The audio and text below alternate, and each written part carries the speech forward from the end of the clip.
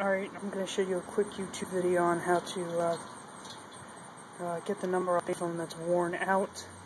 I'm at a local McDonald's. As you can see, the number is worn out. And there's still a dial tone.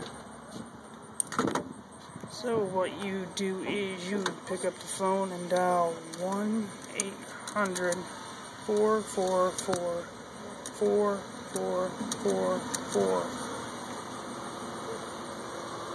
And what you will hear is an AT&T message of who your number is.